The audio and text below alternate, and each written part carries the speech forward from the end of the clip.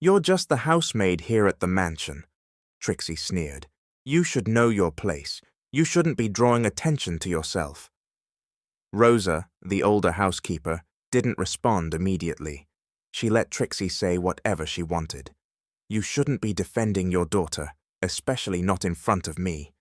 Particularly when you're just the help here, Trixie added, while watching Rosa place coffee cups on a tray. After all the years Rosa had held her temper, this time her hand gripped the tray's handle tightly. She took a deep breath and responded. Yes, I'm just the housekeeper here.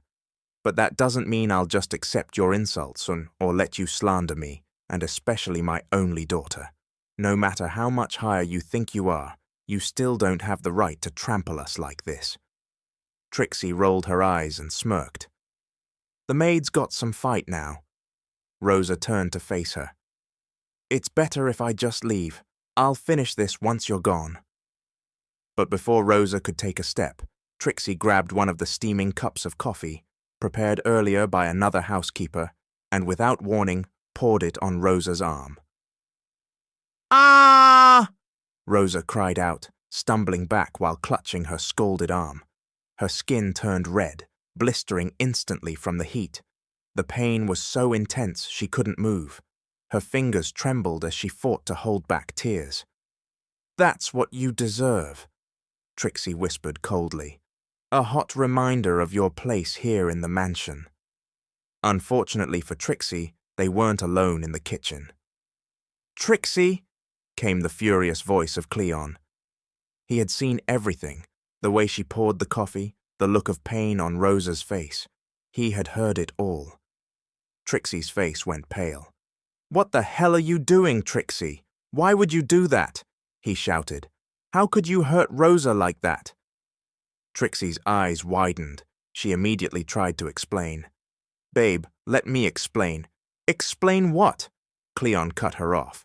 Cleon Galvante, youngest son of the wealthiest family in Marlow County and heir to Galvante Corporation, was often described as the picture of perfection. Handsome, wealthy, intelligent, kind, hard-working, tall, generous, and considerate. Cleon had it all, and it was no surprise that Megan Delarose fell for him the moment she first laid eyes on him. But no matter how deep her admiration, Megan knew in her heart she didn't belong in Cleon's world. Their lives were miles apart. To her, Cleon was like the North Star, distant, brilliant, and untouchable. She was just one among many, silently admiring him from the dark. She often dreamed of an impossible miracle, that the brightest star would one day fall from the sky, notice her, and make all her dreams come true. But of course, that was just a fantasy. Who'd even want to date you, Meg? You've turned down every single guy who's tried to ask you out, teased Janice, Megan's best friend and co-worker.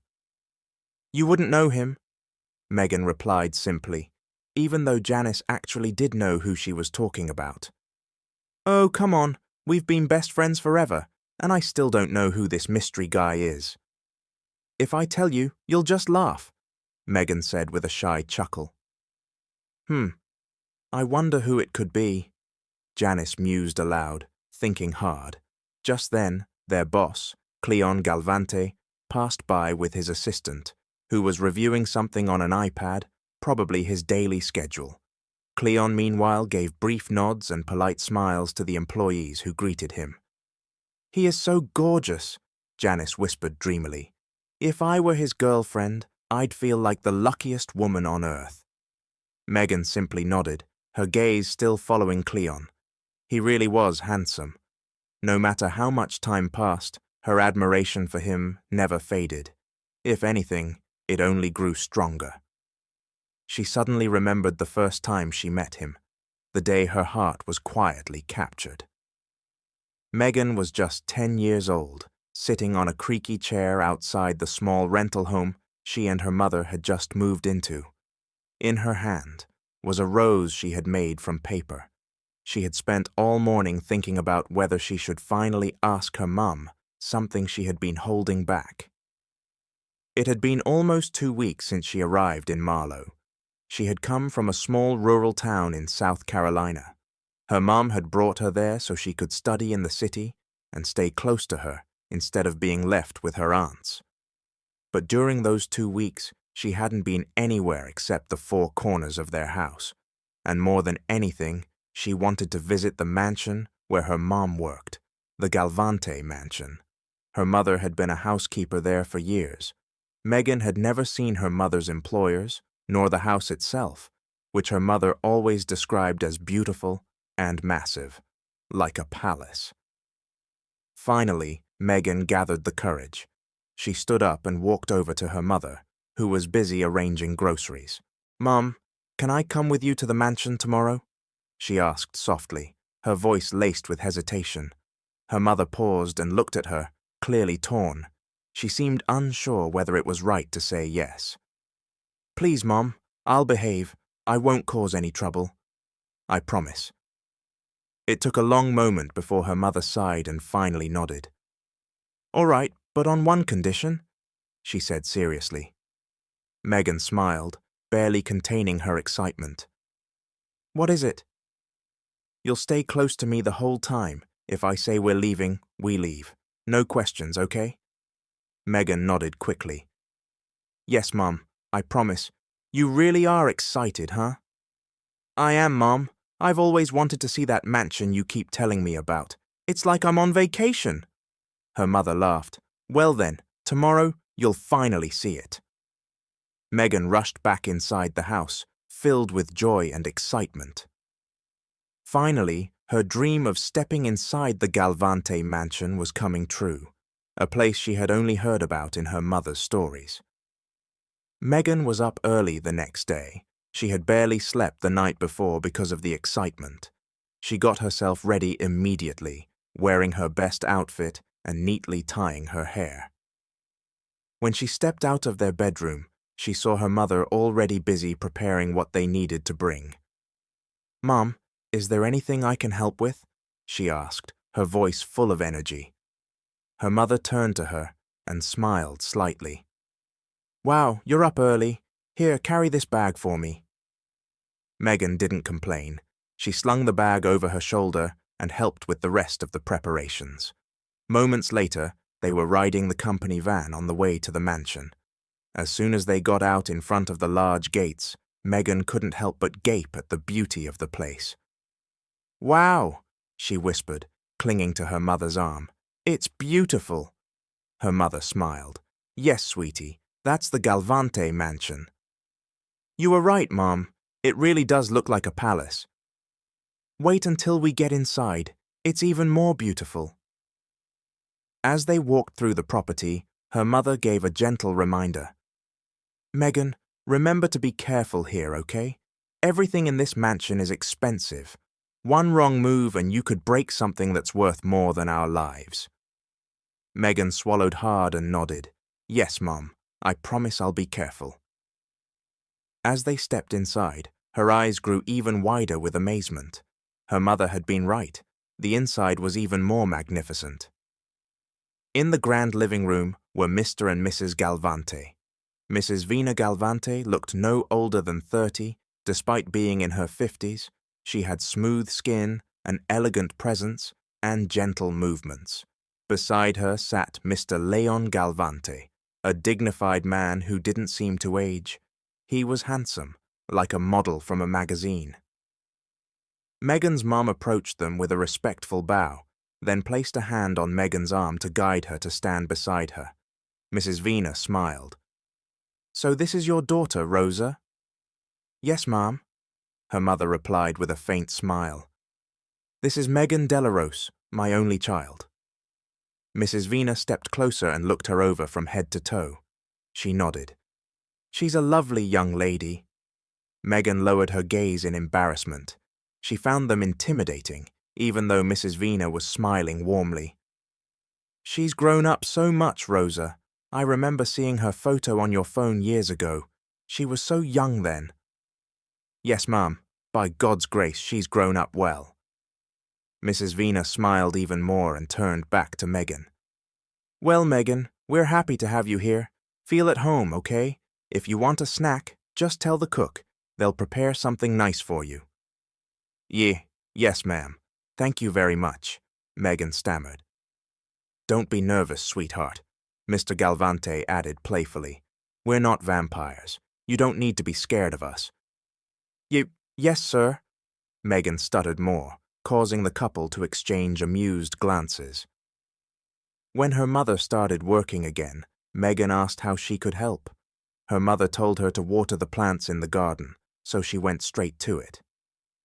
As she began watering, she didn't notice she was getting lost in the beauty of the surroundings, until a voice startled her from behind. Hey, be careful there! She quickly turned toward the voice, unintentionally pointing the hose directly at the person behind her, soaking him in the process. Hey, miss, I'm not a plant, the guy said, stepping back as water drenched his clothes. I'm so sorry, Megan exclaimed, fumbling to shut the hose off. She panicked and struggled to turn it off properly. The young man was clearly dressed to go out. Now, his outfit was soaked and ruined. Megan, mortified, couldn't even meet his eyes. I really didn't mean to, sir. I was just surprised. I know it's my fault. I'm very, very sorry. That's all right, the man replied, scratching his head with a sigh. I guess it's just one of those days. Are you a new maid here? He asked, curious. No, sir. I just came with my mom, she answered shyly. I see. Who's your mom? Rosa Delarose, sir. His brow lifted slightly, as though surprised. So you're the daughter she always talks about, he said. Megan blinked in confusion. What do you mean, sir? Well, I know your mother. She's been working here for a long time. She's like family to us. Actually, she raised me like I was her own son. Huh? Megan asked, confused. I'm Cleon Galvante, he said, extending his hand toward her. Megan's eyes widened. So this was her mother's ward, Cleon Galvante, the son of the Galvante couple. Her mother had often talked about watching over Cleon back when Megan was still in the province. She used to feel jealous of him because her mother spent more time caring for Cleon than for her. She hadn't expected him to be so tall. Megan had thought they were only 5 years apart. You're Cleon Galvante? She asked, still in disbelief. You're the one Mom used to take care of? Yes, that's me, Cleon replied. I didn't know you were already in Marlow. I thought you were still in the province. Mom brought me here so I could study this coming school year, she explained, a bit bashfully. So you're here to study now? That's good. You won't be far from your mom anymore. Marlow's a completely different world compared to the countryside, but I'm sure you'll get used to it. I'm trying to adjust, little by little. He smiled warmly. Don't worry, you'll do just fine. Just ask for help if you need it. Just, maybe don't hose me again, okay? He joked lightly. Megan's cheeks turned red. I'm really sorry again, sir. I must have been deep in thought and didn't notice you. He rubbed the back of his neck and nodded. Yeah, looked like you were thinking real hard. I really didn't mean to soak you, she said, eyes still cast down. It's okay. I'm just a little wet, that's all, Cleon replied with a calm smile, glancing around as if recalling something. Well, I should get going. Don't worry about anything, all right? Megan nodded as Cleon turned and walked away. That was their first meeting. From that day forward, Megan couldn't help the admiration that steadily grew in her heart. But as time went on, she reminded herself that her feelings had limits. Limits defined by the very different worlds they belonged to. She knew she couldn't hope for Cleon to feel the same. There were women far more suited to him, like Trixie, his best friend since childhood, who grew up in the United States and had clearly long harbored deep feelings for him. Because of this, Megan kept her emotions tightly guarded, choosing to stay in the background, never wishing to be noticed. Instead, she focused on her dreams, for her and her mother. Years passed, and Megan eventually graduated from college. The Galvante family, offered her a job at Galvante Group, their company, and Cleon Galvante became her boss. "She's here," one of the employees whispered. "Yeah, I saw her come in earlier. She came in with Mr. Cleon, holding onto his arm." Another replied, "Do you think it's true that they're dating?" "I think so. They seem so much closer now." Another chimed in, practically swooning. "They're such a good match, so beautiful and handsome together. I totally ship them. Power couple material." Megan remained silent while doing her work, listening to the murmurs around her. When Megan got home that evening, her mother was in the kitchen preparing dinner. Megan quietly sat at the table and helped her mother slice vegetables. "Are things busy at the mansion lately?" she asked as she tore apart a head of cabbage. "Yes, especially when Miss Trixie visits," Rosa replied. Megan looked at her mother. "Is she really Mr. Cleon's girlfriend?" "Yes, they started dating just about a month ago. Everyone's happy for them. They say Mr. Cleon has finally found someone to love. Miss Trixie's a kind woman, and they're a perfect match. His parents are thrilled." Megan smiled and nodded. "That's good to hear, Mom. Oh, by the way, people at the store have been talking about you." "About me?" Megan asked, confused. "They said the mayor's son tried to court you, but you turned him down. You told him you weren't ready for anything like that." "Oh, that. He wasn't really courting me. He just asked if he had a chance, and I said no." Her mother chuckled. "But why? The mayor's son is good-looking and kind." "I just didn't feel like it," she replied. "That's good. Don't rush into a relationship. Anything rushed never ends well." "For you and Dad only, right?" she teased gently. "Something like that." At work, everything was normal. Employees chatted while doing their tasks. Megan, as always, stayed focused. She blocked out the keyboard tapping and soft conversations around her. Then she noticed a shadow at the edge of her desk. It was Jeff, the team leader from another department, holding a bouquet of flowers. "Hi, Megan," he greeted, a bit nervously. "Sir, do you need something from me?" she asked politely. She could feel her co-workers' eyes on them, especially when Jeff extended the bouquet toward her. Some were whispering, "Is this another confession?" It wasn't the first time someone had expressed interest in Megan. "What's this for, sir?" she asked, not taking the flowers right away. "I know this is sudden, but I like you, and I was wondering if I could start courting you." Megan's eyes widened. She didn't expect a department leader to confess. Usually it was regular employees. "Ah, sir." But before she could finish, she sensed someone behind Jeff. Slowly, she looked over his shoulder and saw Cleon Galvante standing there, holding a white folder. His expression was unreadable, but his gaze was ice cold. He wasn't looking at Jeff. He was looking straight at her. "What's happening here?" Cleon asked coolly. Jeff turned and stammered, Nothing, sir. I was just giving flowers to Megan." "No big deal." Cleon's frown deepened. After a brief pause, he handed the folder to Jeff. "Take these documents to the conference room, now." Jeff scratched the back of his neck, clearly embarrassed. Yes, sir. Right away." He quickly obeyed, still holding the flowers Megan hadn't accepted. Megan remained frozen, standing face to face with her boss. Before she could say anything to apologize or explain, Cleon turned and walked away. She stood there in shock, eyes following his retreating figure. "Girl," Janice whispered, snapping Megan back to reality. She leaned over and spoke in a low voice. "What just happened?" Megan looked at her, shook her head and replied, "I don't know." Janice frowned. "He looked mad, girl, like really mad. Did you see his face? It was like a storm was brewing. Even Jeff looked terrified, stammering and pale." "Maybe he just had a fight with his girlfriend," Janice added, sighing. "Too bad. That could have been another confession to turn down. Jeff totally had no chance. Maybe, Megan answered softly, forcing a small smile. Janice grinned. But girl, the way Sir Cleon looked at you, that was intense. I felt weak just watching. Megan didn't respond. She simply went back to work. But inside, questions were spiraling through her mind.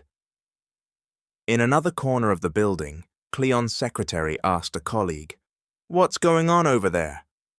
Why are people crowding again?" Someone asked Miss Megan out.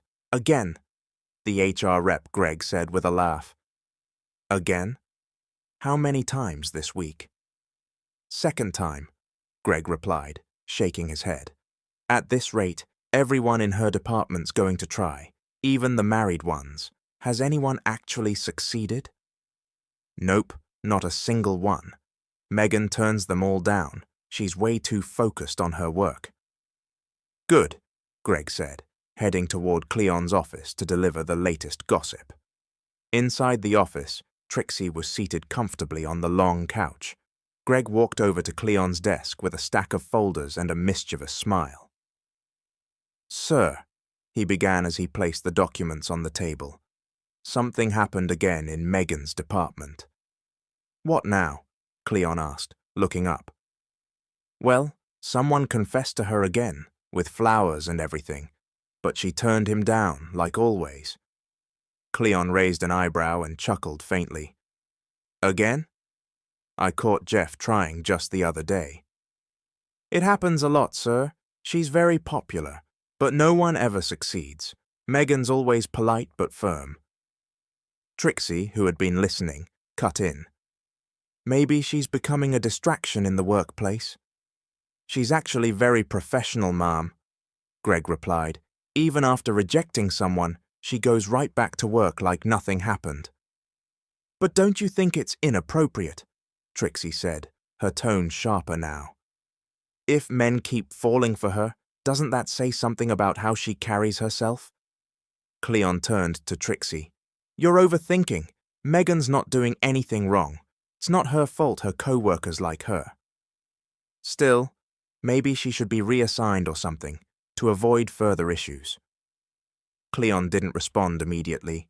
Greg gave a small sigh and excused himself. "I'll leave the files here, sir. Let me know if you need anything." Cleon nodded silently. Once Greg left, the office fell quiet.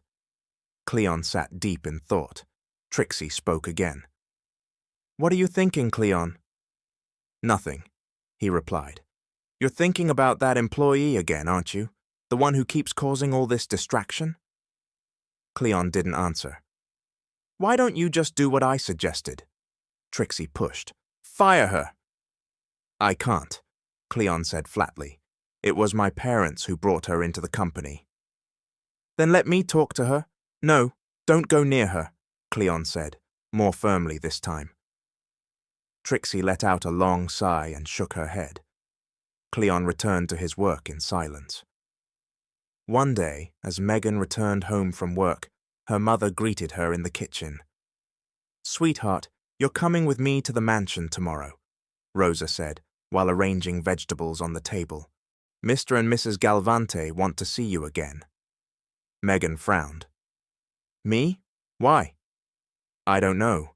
Doña Vina just said to bring you. Maybe they just want to talk." "I hope I didn't do anything wrong, Mom," Megan said nervously. "Why would they call for me out of nowhere?" "I'm sure it's nothing bad, honey. Maybe they just miss you. It's been a while since you last visited the mansion." The next day they left early. Megan sat quietly in the car, her heart pounding. She didn't understand why she was suddenly summoned, but a part of her was excited, because it meant seeing the man who had quietly lived in her heart for so long. The last time she saw Cleon wearing casual clothes was nearly 2 years ago during her last visit to the mansion. Since then, she had become so busy after graduating. She also avoided visiting because seeing him too often only deepened her feelings. When they arrived, the mansion looked even more majestic than she remembered. She recalled how stunned she had been the first time she entered it. It had since been renovated to look more modern, perfectly fitting for someone like Cleon, who, to her, resembled a prince. "I'm nervous, Mom," she said softly. "Don't be. I'm sure they're not angry with you." "I hope so." Before they could enter, Trixie appeared in the hallway wearing a designer dress that suited her like a celebrity. When their eyes met, she gave Megan a cold, cutting smile. "What are you doing here?" Trixie asked with a raised eyebrow, eyeing her from head to toe like she didn't belong. "I just came with my mom," Megan answered respectfully. Trixie's eyes narrowed as she glanced at Rosa. "So she's your mom?" she said with a sneer. "Interesting." Trixie had never known Rosa was Megan's mother, mostly because she never cared enough to ask. But lately, Trixie had grown more bothered by Megan's presence, though she couldn't explain why. "I didn't know she was your mom, Megan. No wonder you managed to get into Galvante Group. You've got connections here in the mansion." Megan didn't reply, and Trixie continued smirking, looking her up and down like a queen inspecting a beggar. "Come on, honey, they're waiting for us," Rosa said, stepping in. "Miss Trixie, we'll be heading in now." "Sure, Rosa," Trixie said, clearly mocking. Inside, Doña Vina greeted them warmly. "Oh, Megan," she said cheerfully, clearly happy to see her. "It's been a while. You haven't visited us in so long." Megan smiled politely and bowed her head. "I've been busy with work, Mom. I'm sorry I haven't been able to visit." Doña Vina took her hand and smiled. "That's all right. What matters is that you're here now." "Mom said you wanted to see me." "Yes, dear. I just wanted to catch up. It's been so long." Megan looked over to Don Leon. "Did I do something wrong, sir?" "No, of course not," Doña Vina answered quickly. "I just really wanted to see you again." Megan gave an awkward smile. "I thought I might have done something wrong. I got nervous. Did we scare you? I'm sorry if we did." Moments later, Cleon came downstairs. As Megan had hoped, he was dressed casually, his hair slightly tousled, so different from how he looked at the office, yet perfectly fitting. "Babe, you're finally awake," Trixie said, as she immediately walked over and clung to him. "Yeah," he replied, then looked toward Megan. Doña Vina noticed the curious look in Cleon's eyes and quickly explained. "I invited Megan for dinner. It's been a long time since she's been here." They all sat down together in the elegant dining room. The table was filled with delicious food, the atmosphere light and festive. Directly across from Megan sat Cleon and Trixie, whispering and laughing with each other, lost in their own world. Megan couldn't bring herself to look their way. Her heart thudded painfully, as if she were sitting between two entirely different worlds. Her mother sat beside her, happily chatting with Don Leon. "So, Megan, is your job hard?" Don Leon asked as he calmly poured himself a drink. "Not really, sir," she answered. "Let us know if anything gets difficult, okay?" "I don't think Megan has any trouble," Doña Vina cut in, smiling at her. "She's smart and hard-working. Didn't Cleon say she always excels at work?" Megan blushed and smiled. "Thank you, Ma'am." She caught Cleon looking at her. Megan quickly looked away, but before she could take another bite, Doña Vina spoke again, this time teasingly. "I heard you've been rejecting quite a number of suitors lately, Megan. Why is that?" Megan froze. The room suddenly felt silent. Even her mother stopped mid-conversation. She could feel all eyes on her, including Cleon's. She forced a smile. "I just want to focus on work, ma'am. I don't really have time for that kind of thing." I see," Doña Vina said with a grin. "That's admirable. You're right, it's hard to focus on your work if you're caught up with a boyfriend. So it's better you didn't give any of them a chance. They'd only be a distraction." Megan smiled and nodded. "Yes, Ma'am, I agree."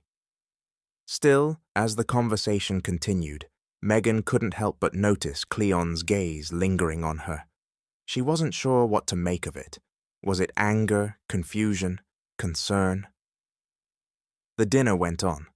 The Galvante family talked animatedly with Rosa and Megan. The food was delicious, the conversation warm, but to Megan, the air felt heavier with every passing moment. Then Doña Vina shifted the conversation again, this time toward Cleon and Trixie. "So, when are the two of you finally getting married?" she asked playfully. "Cleon, when are you planning to propose to Trixie?" Megan stared at her plate, forcing herself not to flinch or show any emotion. Cleon took a sip from his drink before replying, "We're still finalizing some things, Mom. But we've talked about it." "Oh, that's lovely," Don Leon chimed in, nodding. "It's about time. You've been close friends for so long, even if you just got together last month." Trixie beamed with confidence. "Yes, Uncle. We're just waiting for the right moment, of course with the family's blessing." Doña Vina smiled brightly. "You already have it. We've always seen you as part of this family." Cleon and Trixie exchanged a glance and smiled at each other. Meanwhile, Megan remained silent. She felt like she couldn't breathe, listening to every word exchanged. Her hands were clenched beneath the table. Then Doña Vina turned back to Megan. "What about you, dear? Any plans of settling down soon?" Megan forced another smile and shook her head. "Not yet, ma'am. I'm not really thinking about that right now. I want to focus on my career and helping my mom." "Very wise," Don Leon remarked. "You're still young. You've got plenty of time to figure that out." "Exactly," Trixie added, placing a hand on Cleon's arm. "And who knows? Maybe someday you'll meet someone who belongs in your world." Rosa frowned at that comment but said nothing. Megan, on the other hand, simply smiled tightly. "I guess so." After dinner, Megan asked her mom if she could step out for some fresh air. Since the Galvantes were still occupied, Rosa agreed but reminded her to return quickly. Megan walked straight to the mansion's garden, the same place she had first met Cleon. The cool breeze rustled the leaves, and she closed her eyes, taking a deep breath. But she opened them quickly when she heard a familiar, sharp voice. "I knew I'd find you here." She turned and saw Trixie standing with her arms crossed, one eyebrow raised, eyes scanning her like a queen about to scold a servant. "Ma'am Trixie," Megan said, trying to remain calm despite the tension. "Did you need something from me?" "Cut the act," Trixie said, stepping forward. "You know exactly what this is about." Megan stayed silent, waiting. "You like him. Don't deny it." Trixie rolled her eyes. "Please, Megan, stop pretending. It's obvious. The way you look at him, the way you get so quiet when we're together. You want my boyfriend." Megan swallowed hard but didn't answer. She knew it was true, and that scared her more than anything. "I respect both of you. I would never—" "Oh, please," Trixie interrupted with a scoff. "You think I don't see it? You look at him like he's the sun in your sky. It's pathetic." Megan said nothing. "You probably wish he'd notice you too. I bet you pray for it every night, but don't get your hopes up." "I know where I stand, ma'am," Megan said quietly. Trixie smirked and tilted her head. "Good, because soon he's going to propose to me. I'll be the one he marries." Megan fell silent, her heart twisting like it had been slapped with the truth.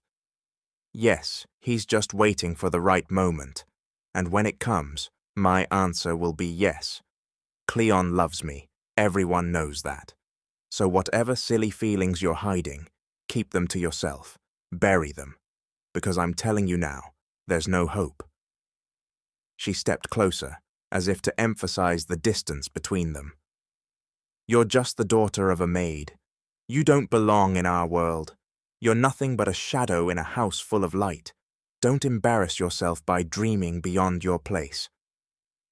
Megan pressed her lips together and said nothing. The words pierced her deeply, but she held herself steady, Enjoy your little job, Trixie added as she turned away. That's all you'll ever have. Ever since Trixie found out that Rosa was Megan's mother, her attitude toward the older woman had changed. The respect she once feigned had disappeared. Rosa wasn't oblivious. She could feel it. Trixie always seemed to be hovering, watching, issuing constant commands.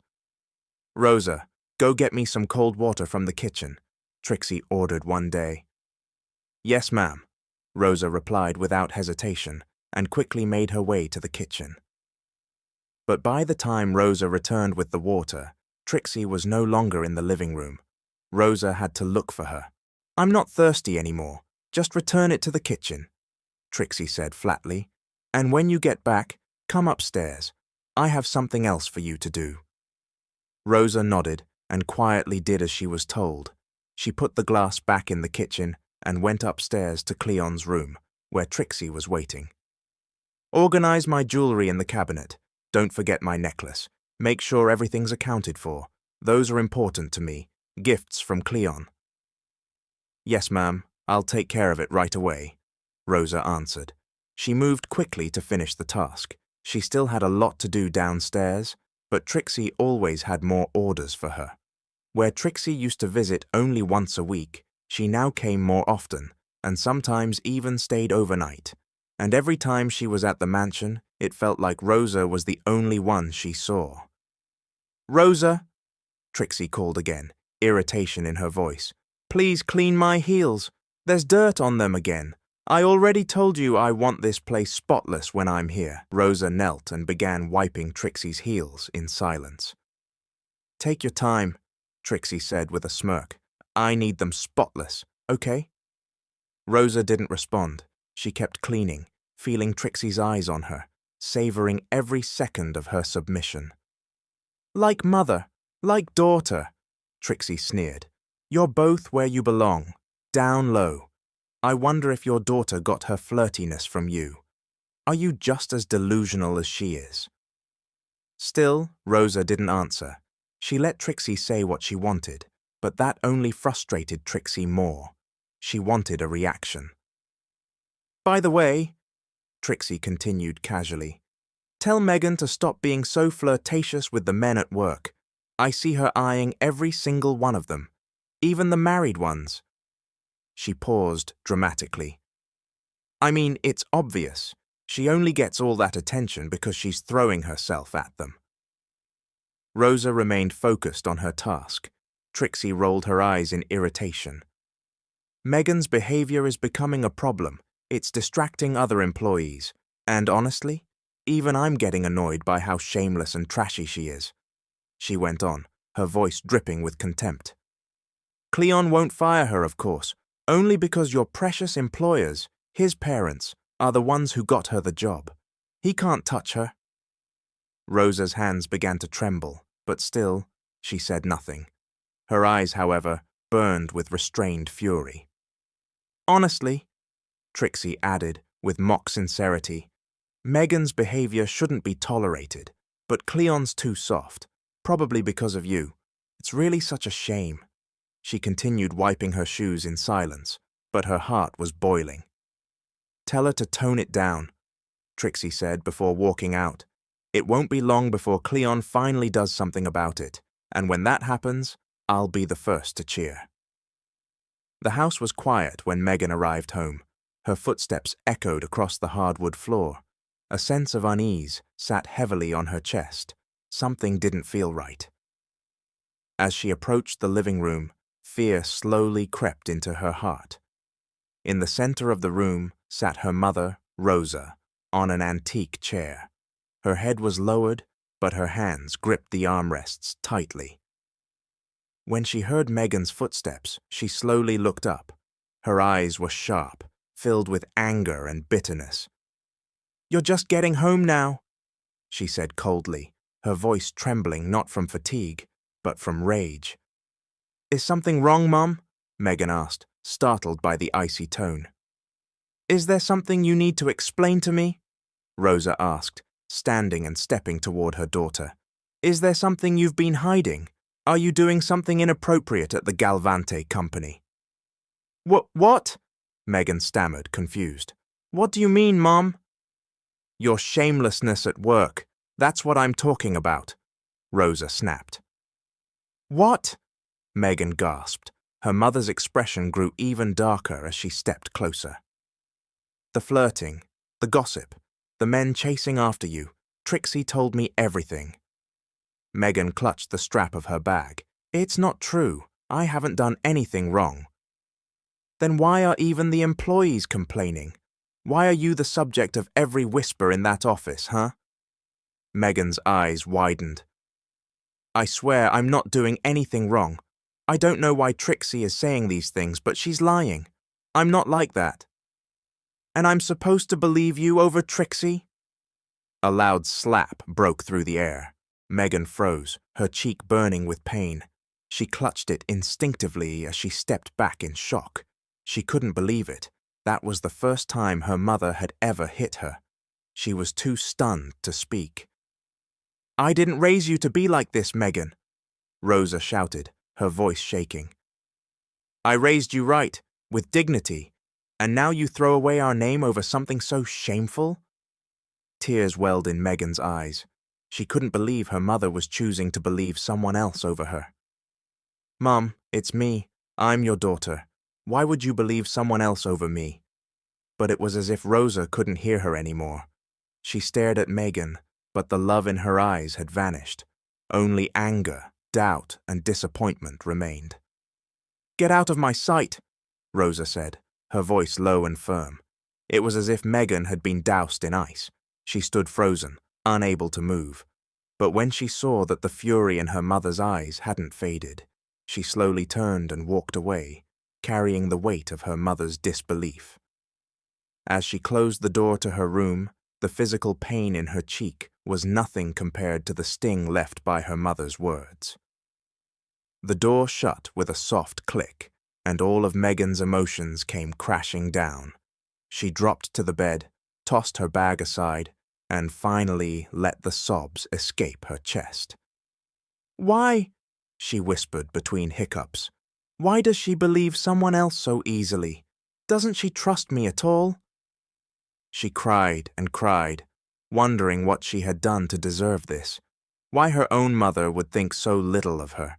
She stayed curled up for what felt like forever, face buried in her hands, tears soaking her palms. Minutes passed. Slowly, the bedroom door creaked open.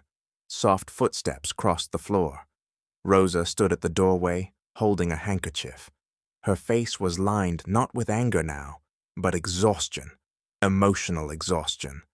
There were faint traces of tears near her eyes. Megan, sweetheart, she said softly. Megan looked up, still shaken. Her expression reflected all the hurt, confusion, and betrayal she felt. Rosa walked over and sat on the edge of the bed, only inches from her daughter. I'm so sorry, she whispered, voice trembling. I shouldn't have said those things. I shouldn't have slapped you. Megan looked down and cried again, though not like before. This time, the tears flowed silently. I don't know what came over me. I was scared. I didn't want people to think I raised you wrong, that all my sacrifices were wasted. Megan looked up, voice barely a whisper. Mum, what Trixie said, it's not true. She's spreading lies because she thinks I like Mr. Cleon, but none of it's real. I'm not flirting with anyone. From the start, she's disliked me. I don't even know why. And now that she sees Cleon being kind to me, she's convinced something's going on. Rosa listened, the guilt on her face deepening. Slowly, she reached out and took Megan's hand, squeezing it tightly. Please forgive me, sweetheart. I should have asked you first. I should have trusted you. I'm sorry. I'm so sorry. Megan broke down again, but this time in her mother's arms. They held each other, tight and tearful. In that moment, Megan felt that despite the hurt, her mother was still her home, a place of comfort that could still offer forgiveness and love. I won't let anyone hurt you again, Rosa whispered. If Trixie's trying to ruin your name, we won't let her win." And between their sobs and whispered apologies, Megan began to feel something return, a sense of safety, the quiet beginning of healing. Because even in a world of cruelty, love and understanding could still mend what had been broken. Several days passed since Megan and Rosa reconciled. Though their home remained quieter than usual, Megan could feel the change. The tenderness had returned.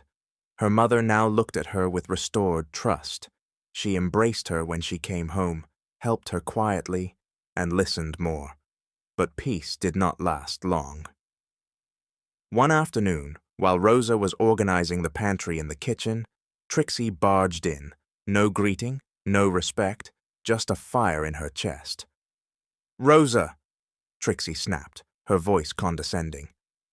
"I assume you've already talked to your daughter about her indecency. You're not going to ignore what I told you, are you?" Rosa slowly straightened, calmly closed the cabinet, and turned to face her. "You know, Trixie," Rosa began, her tone calm but firm, "I only needed to ask my daughter once." And the truth was clear in her eyes. She's not indecent. She's not the kind of girl you're accusing her of being. Trixie's expression shifted. Her eyes darkened. "So now I'm the liar?" "I'm not calling you a liar, Mom. I'm saying I won't make the same mistake again. Megan is my daughter, and I know her. If she did something wrong, I wouldn't excuse her. But in this case, you're the one who's wrong, for slandering her with baseless accusations." Trixie's temper snapped. "You've got some nerve. Just because she's your daughter, you'll defend her no matter what." Rosa's voice remained steady. "It's not about favoring her. It's about knowing her. And I won't let you destroy my daughter's name right in front of me." Tension snapped like a wire. Trixie's voice rose, and she stepped closer, pointing a finger inches from Rosa's face. "You have no right to raise your voice at me," Trixie screamed. "You're just the help here." Unable to contain her anger anymore, Rosa shoved her back. "Learn to respect your elders." Trixie stumbled, but didn't fall. She turned sharply, only to find someone standing at the end of the hallway. It was Cleon. He was walking toward them with measured steps. Quick to react, Trixie began rubbing her arm and blinked her eyes dramatically as if she were holding back tears. "Cleon," she began in a shaking voice, "she hit me. I only gave her a simple instruction, and she slapped me. I don't even know what I did wrong." She sniffled and looked at him with wide, wounded eyes, like an actress reaching for sympathy. Cleon turned his gaze to Rosa. His expression was cold, unreadable. His stance didn't change. Rosa stood her ground. Her hands were clenched at her sides, her posture straight. Despite the fire burning inside her, she remained composed. Cleon looked back at Trixie, gave a small nod, and said quietly, "Calm down, Trixie. We'll deal with this properly." He didn't scold Rosa, he didn't rush to comfort Trixie, but his silence weighed heavier than any words. That silence didn't comfort either of them. It made everything more uncertain. From that day forward, Trixie became even more cunning and insulting, especially toward Rosa. Where once she hid her disdain in sugar-coated words, now she wielded it openly. Each visit she made to the mansion was like walking in with fire in her hands, and more often than not, that fire was aimed straight at Rosa. "You're just the maid here in this mansion," Trixie said one morning with biting sarcasm as Rosa busied herself in the kitchen. "You should know your place. You shouldn't be attracting attention." Rosa didn't respond. She was used to such words. She had heard judgmental tones her whole life, been the target of haughty insults and condescending glares. "You shouldn't be defending your daughter either, especially not when you're talking to me, especially not when you're just the help," Trixie continued, eyeing Rosa sharply as she placed a cup of coffee on a tray. For all the patience Rosa had shown over the years, this moment cracked something inside her. Her grip on the tray tightened. She took a deep breath and finally answered. Yes, I'm just the housekeeper here. But that doesn't mean I'll sit back and accept your insults, especially the ones you keep throwing at my daughter. You may be above others, but that doesn't give you the right to step on us. Trixie rolled her eyes and smirked. Oh, so the maid fights back now. Rosa turned to her. It's best if I leave. I'll finish this once you're out of here. But before Rosa could walk away, Trixie grabbed the cup of coffee, still hot and steaming, that she'd ordered another housekeeper to prepare earlier. Without hesitation, she poured it directly onto Rosa's arm. Ah!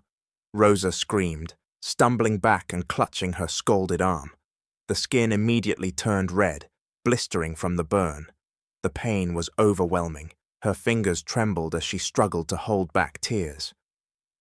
That's what suits you, Trixie whispered with a chilling tone.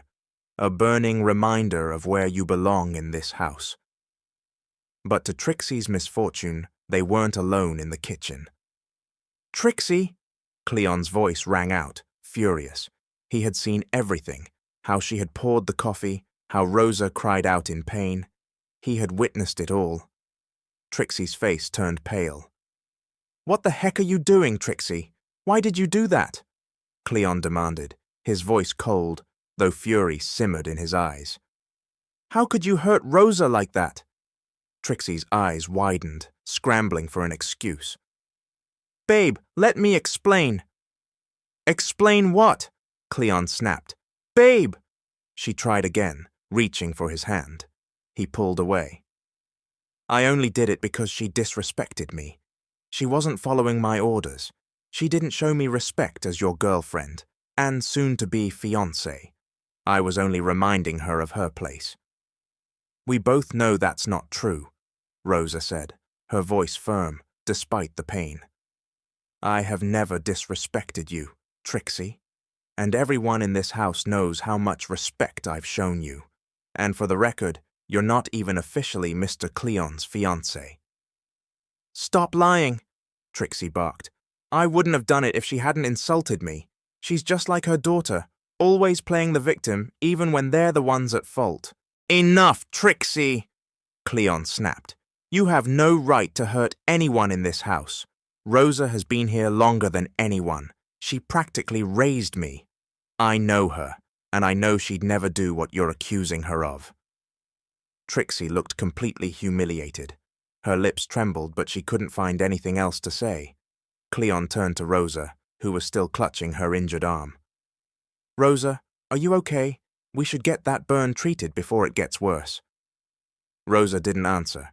She simply let Cleon help her. After the kitchen incident, Cleon couldn't sit still. For days he watched Trixie's behavior, the way she carried herself, the way she treated people, especially the staff, people he considered family. But what she had done to Rosa, that was the final straw. The next day, Cleon summoned Trixie to his office. The room was quiet when she walked in, looking polished, smiling, as if nothing had happened the day before. But the nervous glint in her eyes betrayed her calm facade. She sat down across from him. After a few moments of silence, she spoke first. Is this about yesterday, Cleon? I'm sorry, Cleon raised his hand, cutting her off. His voice was calm, but his eyes were distant. Trixie, I'm ending this. Whatever this is between us, it's over. Her eyes widened. Wait, what? What do you mean? You're breaking up with me? She stood abruptly. Cleon, no. You can't do this. We're in love. You were going to propose to me, weren't you? We're supposed to get married. Cleon's expression didn't change. His gaze stayed steady. I can't spend the rest of my life with someone who doesn't know how to respect others. I've seen everything I needed to see. The way you treated Rosa, how you manipulate people. That's not the kind of person I want to be with. Cleon, no, please, she begged, stepping toward him and grabbing his arm. He gently pulled away. I'm sorry if this hurts you, but I'd rather end this now than live a life full of regret. I did all of that because I love you, Trixie cried, nearly shouting. I just wanted to protect what we had. It all started with that letter, the one I gave you, the one that made you fall in love with me. Cleon's expression softened, not with affection, but sorrow. That's the thing, Trixie. I know the truth now. You didn't write that letter. Trixie's body tensed. What are you saying? Cleon stepped back. You built everything between us on a lie, and I was blind enough to believe it. But not anymore. This is the end. Please don't make this any harder. Trixie stared at him, stunned. She knew from his tone that his decision couldn't be changed. That evening, in the quiet of the Galvante family sitting room, Cleon sat across from his parents. Son, Doña Vina started gently. We heard about what happened with Trixie. Don Leon interjected. Is it true? You're breaking up with her? Cleon nodded. Yes, I'm ending it. Are you sure about this? Don Leon asked, frowning. We thought you were going to propose. I was, but this isn't about business or reputation anymore. This is about character. His parents exchanged glances. Doña Vina asked again, was it really that serious? Is there no way to fix it? Cleon took a deep breath. That was her last chance. I've given her the benefit of the doubt too many times. But this time, she hurt someone I consider family. She disrespected someone who raised me. Rosa is not just a housemaid. She's like my second mother. And Trixie poured hot coffee on her like she was nothing. He looked at them squarely. That's not something I can forget or forgive. She showed me who she really is. And now, I'm showing who I am, by walking away. His parents understood. They said nothing more. They knew from his words alone that his decision was final. It was a hot afternoon at the Galvante company. Employees were busy at their desks when suddenly the elevator doors opened on the second floor, where the marketing department was located. Megan was walking down the hallway holding a folder, chatting quietly with a teammate. She had no idea that a storm was coming. Without warning, Trixie stormed in. A receptionist tried to follow her, unsure how to stop the furious woman. Trixie's footsteps were heavy, her eyes blazing. She wasn't thinking clearly. As soon as she saw Megan, she charged at her like lightning. You homewrecker! Trixie screamed. Before Megan could move away, Trixie grabbed her hair violently. You slut! You're a man-stealer! She yelled. Because of you and your whore mother, Cleon left me. Are you happy now? The entire office fell silent. Some employees gasped. Others rushed forward to intervene. Miss, please stop. You're hurting her, one of the HR staff pleaded, trying to pull Trixie away. Let me go. You don't know what she did to me, Trixie screamed, still gripping Megan's hair tightly. Megan cried, shielding her face, trying to protect herself. She didn't fight back, even though the pain was unbearable. Then the executive office door swung open. Cleon stepped out, his face a mix of shock and fury at the scene before him. Trixie, stop it! He roared. Everything went still. Trixie froze in place but didn't let go. Cleon rushed over and pulled Megan away from her. He wrapped his arms around Megan protectively, placing himself between her and Trixie. Don't you dare lay another hand on her, he said, voice low and deadly. She ruined everything, Trixie shouted, her lips trembling as tears streamed down her face. She stole you from me. That letter, it was hers, wasn't it? That stupid letter that made you fall in love. She pointed at Megan. Even when I told you I wrote it, you never really loved me. I loved you for so long, and she just took you away. Even when you were mine, I always felt like she could steal you at any moment. And now it's happening. Cleon took a deep breath and met her eyes. You're wrong, Trixie. I didn't leave you because of Megan. Then why? She screamed. Why did you throw me away like trash? Cleon shook his head slowly. His voice was quiet but firm. Because I finally saw who you truly are. I saw how you treated Rosa. I saw how you looked down on people who did nothing but respect you. I saw the cruelty in you, your pride, your lies, your manipulation. He looked straight at her. I know the truth now. You're not the woman I want to love or live with. You weren't the victim, Trixie. You were the reason. Don't blame anyone else. Megan is innocent, and I won't let you hurt her ever again. Trixie stood speechless, her eyes brimming with tears. Megan stayed quiet. Everything that had just happened felt like a blur. Her scalp throbbed from Trixie's grip. Her heart ached from the humiliation and pain she had silently endured for so long. Cleon turned to her, his eyes soft with concern. "Come with me," he said gently, taking her hand. Megan didn't speak. She let him lead her away. They left the floor in silence, eyes trailing after them from every direction. Once inside Cleon's office, he guided her to the sofa and knelt in front of her. He took both her hands gently into his. "Megan," he said quietly, "I'm so sorry. You didn't deserve that. You didn't deserve any of it. You've always been kind, and I let her hurt you. I should have protected you sooner." Megan looked away, wiping her tears with the back of her hand. She couldn't count how many times she'd been hurt because of her feelings for Cleon. "I promise," Cleon added, "this won't happen again.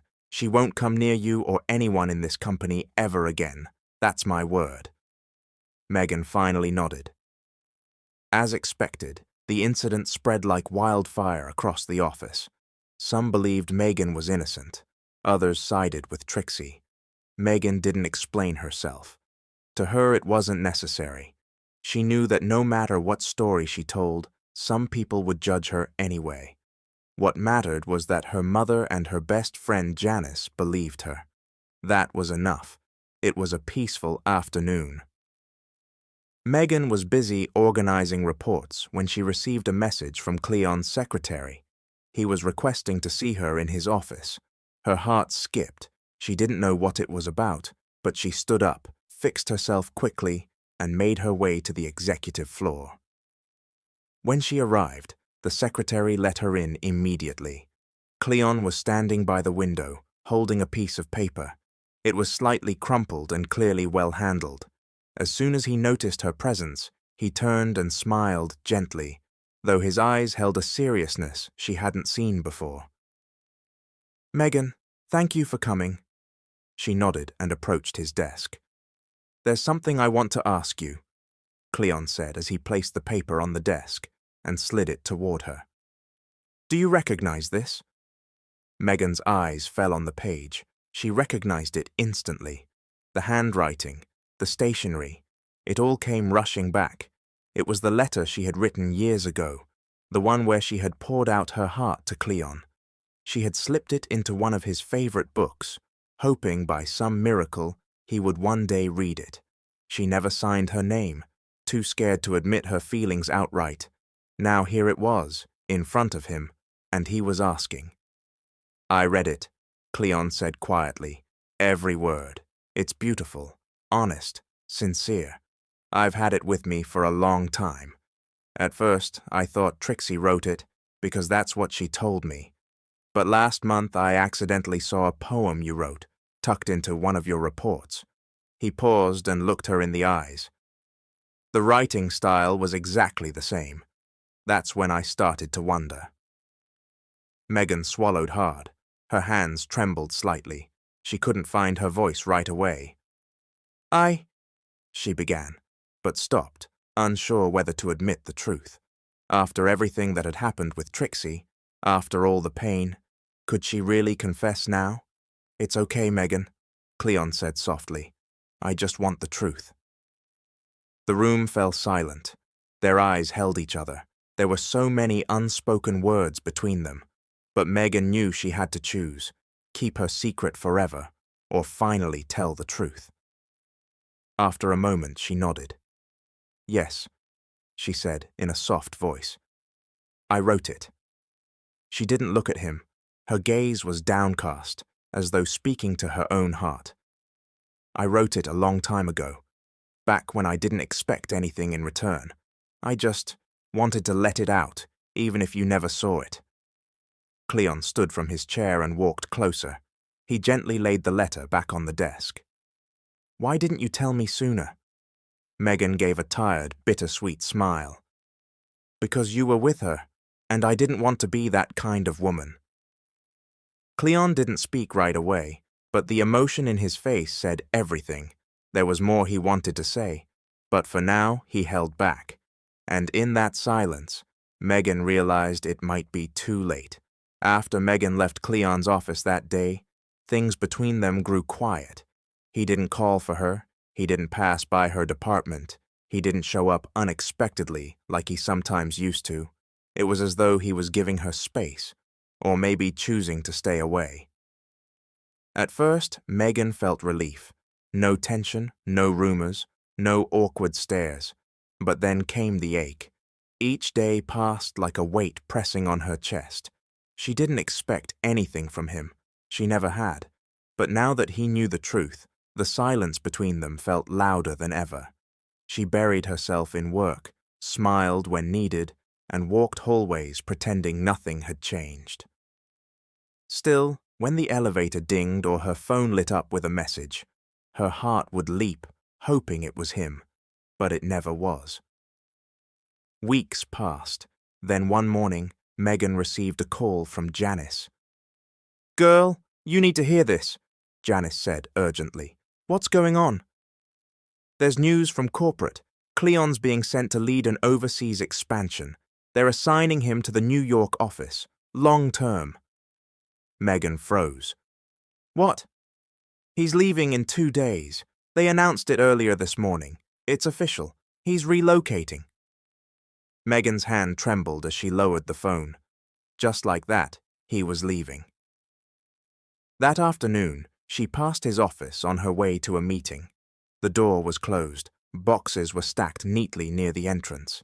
His nameplate was already removed. That night, Megan stood by her bedroom window, looking out into the dark sky. She remembered everything, how he smiled when he first introduced himself, how he teased her about soaking him with the hose, how he protected her from Trixie, and how he looked at her with softness in his eyes when she finally admitted the letter was hers. And now, he was leaving. She had no right to ask him to stay, no right to stop him, but why did it hurt so much? The next day, Rosa brought home a brown envelope from work. "Someone asked me to give this to you," she said, handing it over. Megan took it with a puzzled expression. When she opened it, her heart skipped. Inside was a handwritten letter. "Megan, I've never been good with words when they matter most, but I need to say this. The letter you wrote years ago changed me. I just didn't know it was yours then. You said you didn't expect anything from me, that you didn't even want to be noticed. But I noticed you, Megan, long before I realized you wrote that letter. I saw your kindness, your quiet strength, your grace when people tried to bring you down. I saw the way you loved, purely, silently, without expecting anything in return. And I've carried that letter with me all this time, because deep down, I hoped the person who wrote it was still close. Now I know it's you. I'm leaving for a while, maybe for a long time, but I didn't want to go without telling you the truth. You didn't ruin anything. You made me see clearly. If fate allows, I hope I'll see you again, at the right time." Cleon Megan pressed the letter to her chest as tears rolled down her cheeks. He was really gone, but he had known all along, and somewhere deep in her heart, she realized, maybe this wasn't the end. 3 years passed. In that time, Megan focused entirely on building her life. She continued working at Galvante Group, though she transferred to a different branch, away from the memories, away from the stares, away from the past that still lingered quietly in her heart. She found joy in her routines. She took care of her mother, earned praise from her supervisors, and built genuine friendships. Life moved forward. But even with all her growth and strength, There were moments, quiet moments, when she would pull out Cleon's letter from her drawer and read it again. The ink had faded a little, but the words never lost their weight. She didn't know what happened to him after he left for New York. She never asked. She never tried to find out. It was better that way. If he wanted to return, he would. If not, life would go on. One rainy afternoon, Megan sat near the window of her favorite cafe, sipping coffee and reviewing reports on her tablet. The bell above the cafe door jingled, but she didn't look up. She was too focused on her numbers. A shadow moved beside her table. "Megan?" Her breath caught. That voice. Slowly she looked up. There he was, Cleon, standing in front of her with an umbrella in one hand and the same warm, familiar smile on his face. His hair was shorter now, his features sharper, more mature, but it was undeniably him. He looked as surprised as she did. For a long moment, neither of them said a word. Then finally, he pulled out the chair across from her and sat down. "I didn't think I'd find you here," he said, still watching her. Megan smiled faintly. "I didn't think you'd come back." "I came back last week," he said, "permanently." "Why?" Cleon didn't hesitate. "Because this is home." Their eyes locked. "Because of you." He didn't say it, but she heard it anyway, and she didn't need anything more than that. The silence between them wasn't awkward anymore. It was peace. From that moment in the cafe, Cleon and Megan began to reconnect. Not rushed, not forced, but naturally, like two rivers finally flowing into the same sea. He didn't rush to reclaim what had once been left unspoken. Instead, he showed up, quietly, consistently, a call to check in, a short visit to drop off lunch, a walk together on weekends. Slowly, trust grew again, and this time, it was grounded in clarity, not confusion. Cleon had changed. There was no trace of the man who once stayed silent when she was being hurt. Now he was the kind of man who listened before speaking and spoke only when he meant something. His experiences had shaped him, mellowed his pride, and honed his intentions. Megan noticed every difference, but what struck her most wasn't how much he'd changed. It was how much he still remembered. "My favorite book?" she asked one evening, surprised. "You underlined your favorite quote on page 148. "I always remembered that," Cleon replied, smiling. "My mom's birthday?" "The 4th of June. You always take her out for dinner. You book the restaurant 3 weeks in advance." It was in these little things, details tucked into memory, gestures preserved over time, that Megan saw how deeply she had remained in his heart. One evening, Cleon invited her to dinner. It was simple, quiet, just the two of them at a small restaurant tucked away near the old Galvante mansion. After the meal, they walked side by side under the soft glow of the streetlights. The silence was comforting. Then Cleon stopped walking. "Megan," he said, turning to face her, "I've been waiting for the right time to say this, and now that I'm sure, of you, of me, of everything, I don't want to waste another day." Her heart pounded. "I love you. I've loved you for longer than I realized, and if you'll let me, I want to spend every day proving that to you." He reached into his coat pocket and pulled out a small box. Inside was a simple, elegant ring. No grand speech, no crowd, just him, just her. Megan stared at it, then at him, and she smiled. "I waited a long time to hear that," she whispered. Cleon's eyes softened. "Is that a yes?" She didn't need to answer. The way she threw her arms around him said everything. That night, the stars above them twinkled quietly, as if they too had been waiting for this moment to arrive. Months later, the sun rose over a crisp spring morning in the countryside. The Galvante estate was alive with activity, not with formality or grandeur, but with warmth, laughter, and genuine joy. It was Megan and Cleon's wedding day. The ceremony was held in the garden. the very place where Megan had once watched Cleon from a distance, believing he would never look her way. Now she stood beside him, beneath a canopy of white roses and soft sunlight, her hand gently nestled in his. Rosa sat in the front row, dabbing tears from her eyes, pride radiating from her like sunlight. She had spent a lifetime in the shadows of someone else's mansion, but today her daughter stood at the center, not as a guest, not as a bystander, but as the bride of the man she had quietly loved for years. Cleon's parents stood beside her, beaming. They had long accepted Megan not just as their son's choice, but as their own. Janice was there too, cheering louder than anyone, holding a tissue in one hand and her phone in the other, as she tried not to miss a single moment. The vows were simple. "I promise to see you. Always," Cleon said, eyes never leaving hers. "Even when the world overlooks you, I never will." Megan smiled through tears.